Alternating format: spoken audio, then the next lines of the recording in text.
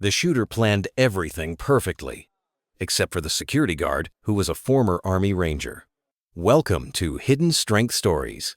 Before we dive into this incredible story of vigilance, tactical thinking, and split-second heroism that saved hundreds of lives, drop a comment and let us know which state you're watching from today. And if stories about everyday heroes with extraordinary military backgrounds inspire you, hit that subscribe button and join our community of people who recognize that true warriors never stop protecting others. Robert Bobby Thompson adjusted his security uniform and clipped his radio to his belt as he began another Saturday shift at Westfield Shopping Center in suburban Atlanta. At 45, he moved with the measured pace of someone who took his job seriously, even though most people saw mall security as barely a step above crossing guard. Bobby had been working this beat for 6 years, and he knew every store, every entrance, every blind spot in the sprawling complex. To the thousands of shoppers who passed him daily, Bobby was just another middle-aged security guard, someone to ask for directions or report a lost child to. He was polite, professional, and seemed to blend into the background of their retail experience. What they didn't know was that Bobby Thompson had spent 8 years as an Army Ranger, including 2 deployments to Afghanistan, where he'd earned a Bronze Star with V device for valor in combat. Bobby had left the military after his wife was diagnosed with cancer, choosing to stay stateside to care for her and their 2 young daughters. After losing his wife 3 years ago, he'd stayed in the civilian world, finding purpose in protecting families, enjoying simple pleasures like shopping for school clothes or grabbing dinner at the food court. It wasn't the same as protecting his fellow soldiers, but it was service nonetheless. The morning of November 18th started like any other busy Saturday. Black Friday was still a week away, but the holiday shopping season was in full swing. Families with children wandered between stores, teenagers clustered around the gaming store, and elderly couples walked laps for exercise before the crowds got too thick. Bobby made his rounds, checking in with store managers, monitoring the parking lot cameras, and maintaining the kind of situational awareness that had kept him alive through multiple combat deployments. At 11:30 a.m., Bobby noticed something that made his Ranger-trained instincts prickle with unease. A young man in his early 20s had been loitering near the main entrance for over an hour. He wore a long black coat despite the Georgia heat, kept checking his phone obsessively, and seemed to be studying the crowd patterns rather than shopping. Most concerning to Bobby was the way the young man kept surveying the exits and security camera locations with the systematic attention of someone planning something. Bobby keyed his radio to call his supervisor, Janet Morrison, who monitored the security office. "Janet, I've got a possible code yellow near the main entrance. Male, early 20s, long black coat exhibiting suspicious behavior patterns." "Copy that, Bobby. What's your assessment?" Bobby watched the subject for another few minutes, his military training cataloging details that civilian security guards might miss. The man's posture was tense, his eyes constantly moving, and he kept touching something inside his coat. Most telling was his positioning. He'd chosen a spot with clear sight lines to the food court, the main shopping corridor, and the children's play area. Maximum target concentration. "Janet, I think we need to call this in to local PD. This guy's behavior is consistent with pre-attack reconnaissance." "Bobby, are you sure? It's Saturday morning. Could just be a nervous shopper or someone waiting for a friend?" Bobby understood Janet's hesitation. Mall security dealt with shoplifters, lost children, and parking disputes, not potential active shooters. But Bobby's 8 years of combat experience had taught him to trust his instincts when something felt wrong. "I'm sure enough to want backup," Bobby replied, continuing to observe the suspect while maintaining his distance. At 11:45 a.m., the situation escalated dramatically.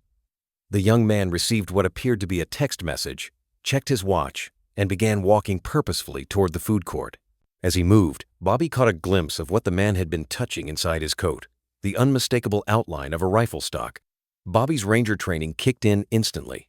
He'd spent years learning to recognize threats, assess tactical situations, and respond with decisive action. This wasn't a drill or a false alarm. This was an active shooter beginning his attack sequence. Bobby immediately activated his radio's emergency channel. Code red. Code red. Active shooter threat in the food court area. All units implement lockdown procedures immediately. This is not a drill. While Janet initiated the mall's emergency protocols, Bobby faced a decision that would define everything that followed. Standard security procedure called for him to evacuate to a safe distance and wait for police response. But Bobby's Ranger training told him that in active shooter situations, every second counted. The average police response time was 8 minutes. In 8 minutes, a determined shooter could kill dozens of people. Bobby made the decision that a warrior makes. He moved toward the threat instead of away from it. The young man had reached the food court and was pulling a semi-automatic rifle from beneath his coat. Families with children were eating lunch at nearby tables, completely unaware of the danger. Bobby could see the shooter's plan clearly. The food court was a kill zone with multiple escape routes and hundreds of potential victims. Bobby approached from the shooter's blind spot, using his knowledge of the mall's layout to stay concealed behind decorative pillars and planters. His 8 years of Ranger training had taught him how to move silently, how to read an enemy's intentions, and how to strike with maximum effectiveness. The shooter raised his weapon toward a family with young children sitting at a corner table. Bobby had perhaps 3 seconds before the shooting began. Bobby didn't hesitate. He launched himself from cover, crossing 15 feet of open space in less than 2 seconds. His tackle caught the shooter completely off guard, sending both men crashing into a nearby table. The rifle went flying, clattering across the food court floor. What followed was a brief but intense struggle. The shooter was young and desperate, but Bobby had been trained by the best military in the world. He used a combination of hand-to-hand combat techniques and pain compliance holds to subdue the attacker while families screamed and fled toward the exits. "Stay down," Bobby commanded, applying a chokehold that rendered the shooter unconscious within seconds. "Janet, suspect is neutralized. Weapon is secured. Emergency services to the food court immediately." Bobby held the shooter until police arrived 4 minutes later, though it felt like hours. As tactical officers took custody of the suspect, Bobby remained at the scene to brief the responding officers on what he'd observed and the actions he'd taken. Detective Sarah Martinez, the lead investigator, found Bobby giving his statement to patrol officers. "Mr. Thompson, I understand you're the security guard who stopped this attack." "Yes, ma'am." "Can you walk me through your background? What you did here today, that's not standard security guard training." Bobby had spent 6 years avoiding conversations about his military service, but the circumstances demanded honesty. "I served 8 years with the 75th Ranger Regiment, 2 deployments to Afghanistan. I know what pre-attack behavior looks like, and I know how to stop it." Detective Martinez studied Bobby with new respect. "Rangers don't usually end up working mall security. Everyone ends up somewhere," Bobby replied. "I chose to be somewhere I could still protect people." The investigation revealed that the shooter had planned a coordinated attack designed to maximize casualties during the busy Saturday shopping period. His social media posts and manifesto indicated he'd been inspired by previous mass shootings and had spent months planning the attack.